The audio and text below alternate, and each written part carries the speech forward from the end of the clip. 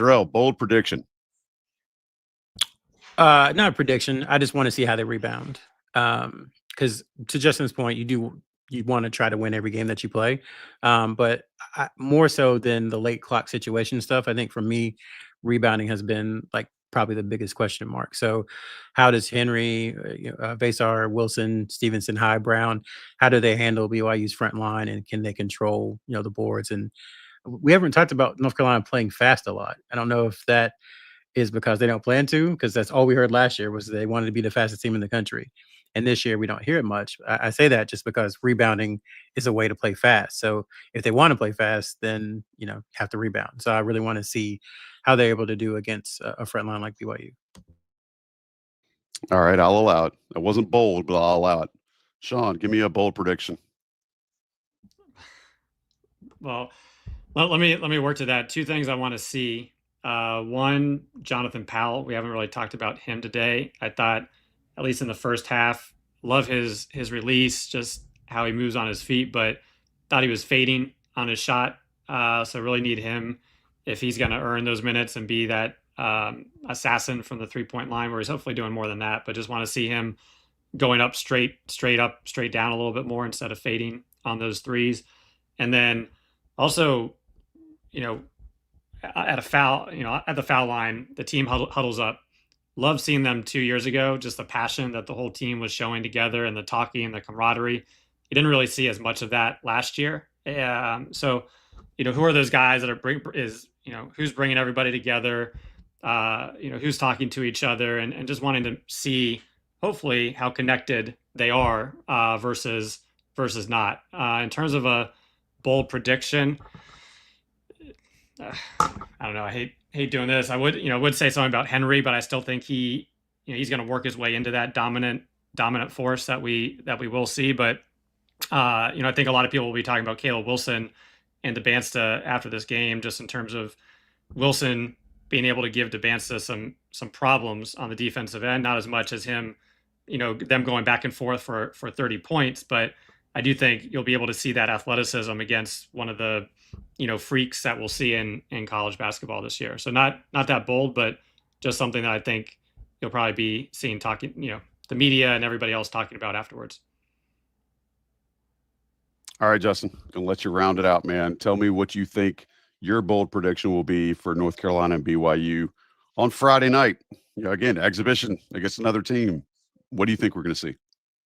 Bold prediction. It's hard to do bold predictions in a game that we're not worried so about awkward. the wins and loss. You know what I'm saying? Yeah, that's why it's we're pushing hard. It, man. Well, I'll do a not so bold prediction, and I'm going to stick on the shooting aspect. I think I looked up. I think Nebraska, who just beat BYU, I think they went 16 for like 34 from the 3-point line.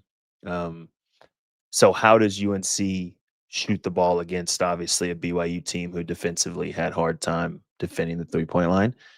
My bold take will be that we will see multiple guys hit multiple threes, and be able to see more of, this stretching the floor ability from, a few different guys, which I think then to, Sean's almost bold take, I think will create a lot more for Henry inside, a lot more one-on-one situations where he can make quick decisions or just more space out of the pick and roll. So I'll say multiple guys hit multiple threes on Friday, and kind of jumpstart the new shooting look of this North Carolina team. And see, I think the beautiful thing, this might warm the cockles of Sherrell's tiny, small, barely beating heart, is that if we can watch this game on Friday with no consequence. It's because, like we said earlier, it means nothing. You can actually go into this just trying to learn about the squad and see what you can kind of take away from it and what we might be able to surmise. So I think it'll be fun. I like watching no pressure games because it never happens. Joey, if they get down 20, I think that will still create a lot of pressure for people given what we last saw. So hopefully it doesn't come to that. So since you took it there, Sean, let me say this: like they here we go. They have to find a way, and like I said, maybe it's more passion, more energy. I don't know what it is, but the whole get down 20, 25 in the first half and then come out with your hair on fire and get the lead down to 2 and then run out of energy and end up losing by 6. So like that has to stop. Like it is obviously it wasn't sustainable last year. It's not going to be sustainable this year. So whatever the team needs to do, I would hope that the coaches have self-scouted over the last 9 months. It feels like Ole Miss. It feels like that game was 4 years ago, honestly. But I hope they've Some of us wish that it looked was, at Sherrell.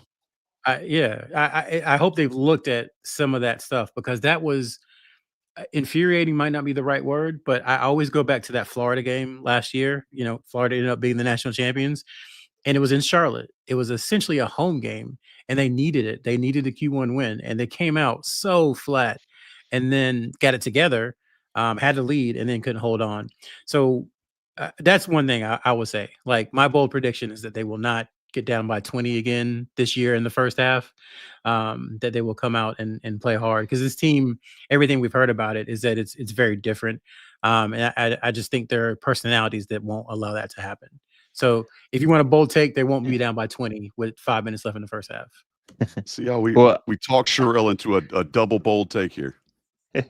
I think to your point, I think if we, as the season goes on, I think comparing this team to last year's team is a disservice to both teams. I think that the makeup, to your point, the makeup of this team, some of the guys on this team are a little bit different. Like I'd said previously on the other show I was on here with y'all, the way that they competed just in the camp game itself felt a little bit different.